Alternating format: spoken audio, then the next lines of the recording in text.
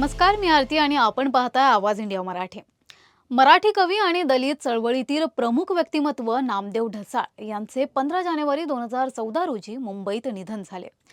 64व्या वर्षी त्यांनी मायस्थेनिया ग्रॅव्हिस आणि कॅन्सर या आजारांमुळे अखेरचा श्वास घेतला. नामदेव ढसाळ यांचा जन्म 15 फेब्रुवारी 1949 रोजी पुणे जिल्ह्यातील खेड तालुका येथील केनसर शेजारपूर या खेडीत झाला.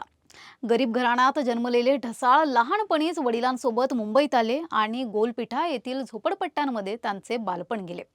अनेक वर्ष त्यांनी टॅक्सी चालवली, तरीही साहित्य आणि सामाजिक चळवळींमध्ये त्यांनी महत्त्वाचे योगदान दिले.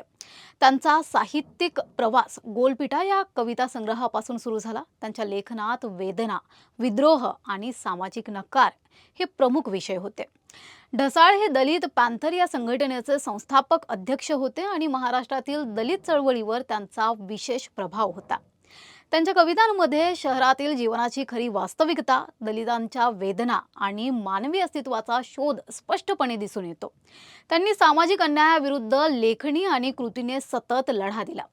नामदेव ढसाळ यांचे साहित्य आणि सामाजिक कार्य आजही मराठी साहित्य आणि दलित चळवळीतील प्रेरणास्त्रोत म्हणून स्मरणात राहणार आहे.